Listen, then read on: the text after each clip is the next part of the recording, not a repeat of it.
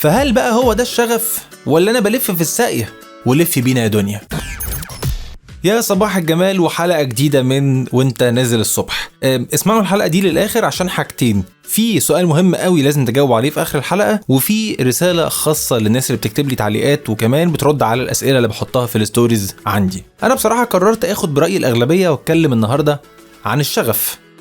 ولما نيجي نبص على التعريف البسيط للشغف، هو فكرة انك بتعمل حاجة بحب، حاجة انت بتحبها، حاجة شايف نفسك فيها، او زي ما بنقول لقيت نفسي فيها. مش شرط طبعا تبقى شاطر فيها، يعني في واحد يقولك انا شغفي الغنى، صوت وحش جدا بس هو بيحب الغنى، بيحب يا سيدي يعمل اي حاجة، اي هواية، اي حاجة هو بيحب يعملها. فبتلاقي ايه بقى؟ اصل الدراسة ما خدمتوش، مش يعني الكلية ما جاتلوش، اللي كان نفسه في شغلانة معينة بس قدم عليها ما اتقبلش. وبعدين ترجع بالزمن شوية لورا تلاقي ان الشخص ده كان بيجري، يعني هو ايه، خلص مدرسة مثلا، فجأة لقى نفسه بيجري، هوب جامعة، هوب جيش، هوب مش عارف ايه، ولو بنت هوب مش عارف ايه ده، في ايه؟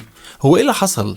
هو احنا امتى؟ يعني احنا طب احنا بنجري ليه؟ احنا رايحين فين؟ انا ما بجريش، ده انا بلف في الساقية. بتلف في الساقية ليه بقى؟ ما هو في ظروف، ما انت عندك التزامات وعندك أسرة بقى بتكون. على فكرة انا اعرف مهندس برمجيات، هو شخص محترم جدا، ووراني قبل كده حاجات هو يعني بيحب يعملها، وهو شاطر في شغله ولكن انا لقيت ان هو لا، دماغه راح في حتة تانية خالص، وبيشتغل بقى في الشموع والعطور ومش عارف ايه، وعامل حاجات رهيبة. لو فتح بيزنس او فتح براند هيعمل شغل عالي قوي. بس انا متأكد ان الراجل ده واجه بقى حاجات زي ايه، انت هتسيب البرمجة وتشتغل في الشموع اللي هي شغفه، مش الساقية. البرمجة والاكواد دي الساقية بالنسبة له، اللي هي ممكن تكون بالنسبة لناس تانية هو ده الشغف، لا هو بقى بالنسبة له دي الساقية.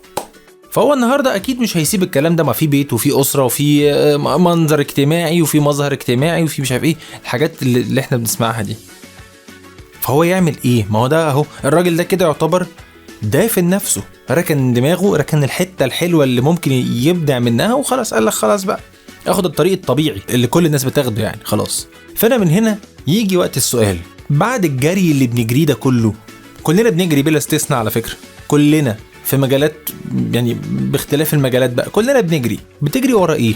هل بتجري ورا شغفك ولا بتجري عشان انت بتلف جوه الساقية فلازم تجري؟ ده السؤال اللي حابب اعرف الإجابة بتاعتكم عليه. يعني دي نهاية الحلقة وصلنا لها خلاص. وبصراحة أنا عايز أشكر كل الناس اللي بتكتب لي تعليقات، بشكركم جدا والله من كل قلبي. وكمان عايز أشكر الناس اللي بترد على الأسئلة اللي أنا بحطها في الستوريز عندي، وأنا اخترت الموضوع النهاردة بناء على الردود اللي جات لي. شكرا ليكم. دي كانت حلقة النهاردة من وانت نازل الصبح، كان معاكم محمد إبراهيم. بتمنى لكم يوم جميل، وخلاص يعني هانت نهاية الأسبوع قربت. أشوفكم إن شاء الله يوم الخميس. سلام عليكم.